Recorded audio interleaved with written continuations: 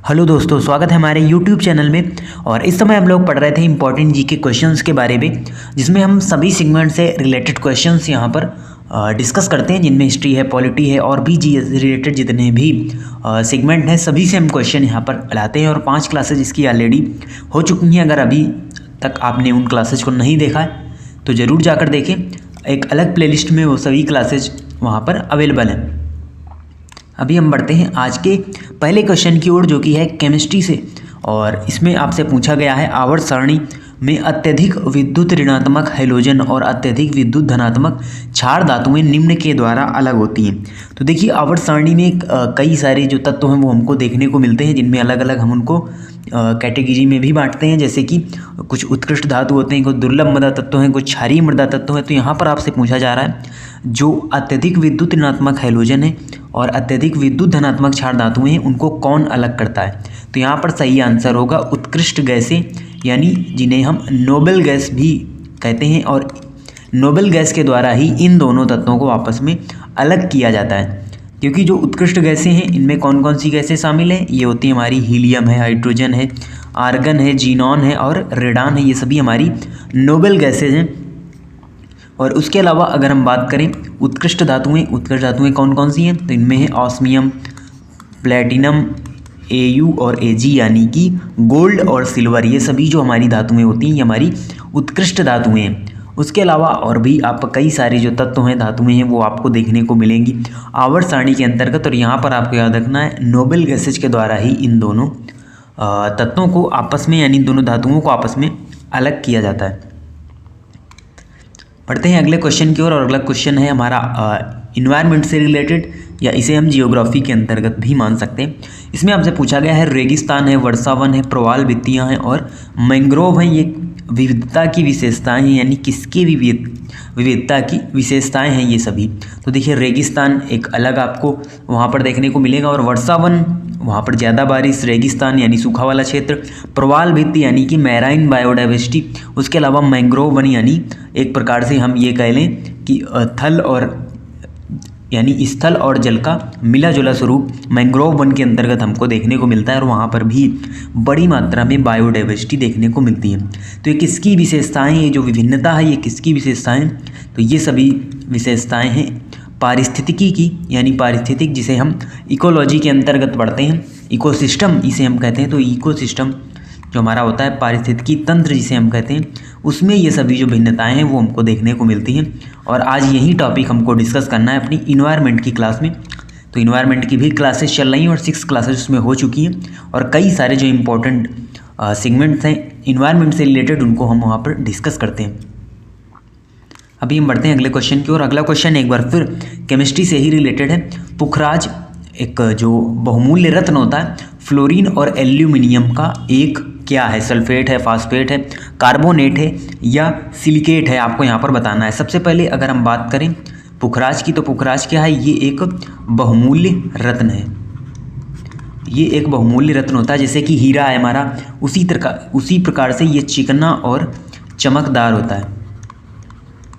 और इसका उपयोग आपको ज्योतिष शास्त्र में भी देखने को मिलेगा। देखिए, कई लोग पुखराज को पहनते भी हैं, जैसे नीलम है हमारा, ये सभी बहुमूल्य रत्न की श्रेणी में आते हैं। उसी प्रकार से जो पुखराज है ये भी एक बहुमूल्य रत्न की श्रेणी में आता है। और इसका जो फॉर्मूला होता है, क्योंकि ये सभी ना कहीं केमिस्ट्री से ही रिलेटेड होते हैं, तो इसका जो फार्मूला है वो है Al2SiO4 FiOH का होल ट्वाइस। ये फार्मूला होता है किसका, पुखराज का ये फार्मूला होता है। और ये फ्लोरीन, देखिए फ्लोरीन यहाँ पर F भी मौजूद है और एल्यूमिनियम यानी कि Al भी मौजूद है। और इसका क्या है, तो ये Si यहाँ पर दिया हुआ है, यानी ये इसका सिलिकेट है। ना यहाँ पर कार्बोनेट दिया है, ना फॉस्फेट दिया, ना ही सल्फेट दिया है। तो ये सिलिकेट है फ्लोरीन और एल्यूमिनियम का जो हमारा पुखराज है।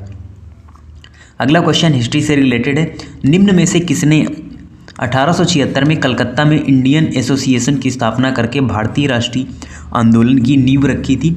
तो 1876 में भारतीय राष्ट्रीय आंदोलन की नींव रखी गई थी सुरेंद्र नाथ बनर्जी के द्वारा, जो कि कलकत्ता से बिलोंग करते थे, जिसे वर्तमान में हम कोलकाता कहते हैं। तो वहीं पर इंडियन एसोसिएशन की जो स्थापना है की गई थी सुरेंद्र नाथ बनर्जी के द्वारा। अगला क्वेश्चन है स्टैटिक से रिलेटेड। निम्न में से कौन सा कर्नाटक में नहीं है, यानी 4 ऑप्शन दिए हुए, आपको ये बताना है कि इनमें जो 4 हैं इनमें 4 में कौन कर्नाटक में नहीं है? तो देखिए सबसे पहले अगर हम बात करें मैसूर महल की, तो मैसूर जो प्रांत है वो वैसे भी कर्नाटक के अंडर ही आता है, तो ये तो हमारा कर्नाटक में होगा, यानी ये आंसर नहीं है। उसके अलावा हम्पी के जो विरासत स्थल है एक हम्पी, वो भी कर्नाटक में ही स्थित है, तो ये भी हमारा आंसर नहीं होगा। उसके अलावा बन्नेरपट्टा राष्ट्रीय उद्यान, ये भी कर्नाटक का एक फेमस राष्ट्रीय उद्यान है, तो ये भी हमारा कर्नाटक में स्थित है। तो यहाँ पर सही आंसर होगा दुदुमा झरना। तो जो दुदुमा झरना है ये हमारा कर्नाटक में स्थित नहीं है, ये जो स्थित है ये है उड़ीसा और आंध्र प्रदेश की बॉर्डर पर। तो उड़ीसा और आंध्र प्रदेश की बॉर्डर पर स्थित है ये झरना, जो कि कर्नाटक के अंडर नहीं आता, और यही हमको यहाँ पर बताना था। अगला क्वेश्चन है जादोपटिया। जादोपटिया झारखंड राज्य की एक लोकप्रिय शैली है, यानी ये मूर्तिकला की शैली है, चित्रकला की शैली है, नृत्य शैली है या संगीत शैली है? तो जो जादोपटिया है ये झारखंड राज्य की चित्रकला की एक शैली है। जिस प्रकार से मधुबनी पेंटिंग्स फेमस बिहार, यानी बिहार में फेमस है मधुबनी पेंटिंग्स, उसी प्रकार से ये जो चित्रकला है जादोपटिया चित्रकला, ये झारखंड की फेमस लोकप्रिय चित्रकला है, आर्ट शैली है। अगला क्वेश्चन है निम्न में से कौन सा अंग HCl अम्ल स्रावित करता है जो रोगजनक बैक्टीरिया को मारने में मदद करता है? तो देखिए HCl अम्ल किसके द्वारा स्रावित किया जाता है? तो इसका सही आंसर होगा आमाशय। तो जैसे ही भोजन हमारे पेट में पहुंचता है, आमाशय में पहुंचता है, तो वहाँ पर HCl अम्ल इसके द्वारा स्रावित किया जाता है आमाशय के द्वारा, जिससे जो भी रोगाणुजनक बैक्टीरिया हैं, रोगजनक जो भी बैक्टीरिया हैं, उनको ये HCl अम्ल वहाँ पर नष्ट कर देता है, जो हमारे शरीर के लिए बेहद ही हानिकारक होंगी। उन जीवाणु को ये HCl अम्ल वहाँ पर ख़त्म कर देता है, क्योंकि ये अम्लीय जो वहाँ पर विलयन हो जाता है, जो भी हमारे खाने से रिलेटेड होता है। उसके अलावा वृक्क, इससे भी रिलेटेड कई बार क्वेश्चन पूछा गया है। वृक्क की जो इकाई होती है उसे क्या कहते हैं? नेफ्रॉन। उसके अलावा बात करें अगर हम हार्ट की, तो हार्ट से रिलेटेड भी हम कई सारे क्वेश्चंस पढ़ते हैं। यहाँ पर हार्ट में 4 कक्ष होते हैं मानव हृदय में, और फिर अलग अलग एनिमल्स में ऐसे ही अलग अलग हार्ट देखने को मिलते हैं। और मस्तिष्क में भी प्रामस्तिष्क, अनुमस्तिष्क जैसे कई सारे जो फैक्टर हैं वो यहाँ पर हमको देखने को मिलते हैं मस्तिष्क के अंतर्गत भी। तो ये हमारा बायोलॉजी से क्वेश्चन था। अगला क्वेश्चन है एक बार फिर जियोग्राफी से रिलेटेड। अंचार झील निम्न में से किस राज्य में स्थित है? तो अंचार झील किस राज्य से संबंधित है? तो यहाँ पर जो सही आंसर होगा ये होगा जम्मू कश्मीर। वैसे बेसिकली जो हम जम्मू कश्मीर है उसके बारे में पढ़ते हैं तो हमारे मन में एक ही नाम आता है, वुलर झील और डल झील, जो कि जम्मू कश्मीर की फेमस झील है, और यही हमको बराबर याद रहती है। लेकिन आपको ध्यान रखना है कि कभी कभी जो ऐसी झील भी आपसे पूछी जा सकती है जो बिल्कुल भी फेमस ना हो बट वहाँ पर स्थित हो। तो जो अंचार झील है जम्मू कश्मीर में ही स्थित है, जिस प्रकार से वुलर झील है, डल झील है, उसी प्रकार से अंचार झील भी वहाँ पर स्थित है। उसके अलावा लोकटक लेक जो भारत की सबसे ऊंचाई पर स्थित लेक है, लोकटक झील, ये कहाँ स्थित है? तो ये स्थित है मणिपुर में। उसके अलावा अगर पूरे विश्व की सबसे ऊंची नौकागम्य झील की हम बात करें तो ये है टिटिकाका झील। टिटिकाका झील विश्व की सबसे ऊंची नौकागम्य झील है। नौकागम्य का मतलब जहाँ पर नावें भी चलती हैं, और सबसे ऊंचाई पर स्थित है टिटिकाका झील। तो ये भी आपको झील से रिलेटेड कई सारे जो क्वेश्चन हैं वो भी हमने यहाँ पर आपको बता दिए। अगला क्वेश्चन है निम्न में से किस वर्ष में बॉम्बे दक्कन के ग्रामीण क्षेत्रों में बगावत हुई थी? तो देखिए ये भी कुछ हटके क्वेश्चन आपसे पूछा जा सकता है हिस्ट्री से रिलेटेड, जो शायद आपने हिस्ट्री में कभी ना पढ़ा हो। तो निम्न में से किस वर्ष में जो बॉम्बे दक्कन है उनके ग्रामीण क्षेत्रों में बगावत हुई थी? तो ये जो साल था ये था 1875। तो 1875 में बॉम्बे दक्कन के ग्रामीण क्षेत्रों में बगावत हुई थी। अगला और लास्ट क्वेश्चन है यहाँ पर, निम्न में से कौन वायु प्रदूषण को इंगित करता है? यहाँ पर 4 ऑप्शंस में आपको बताना है। इन्वायरमेंट से रिलेटेड क्वेश्चन है, निम्न में कौन वायु प्रदूषण को इंगित करता है? तो यहाँ पर कवक है, जीवाणु है, लाइकेन है, सवाल है। अब आपको लगेगा यहाँ पर ऐसा तो कोई हमको दिख ही नहीं रहा जो वायु प्रदूषण को इंगित करता हो, बट यहाँ पर जो सही आंसर होगा वो होगा लाइकेन। तो देखिए जो लाइकेन है ये काफ़ी सेंसिटिव होते हैं किसके प्रति?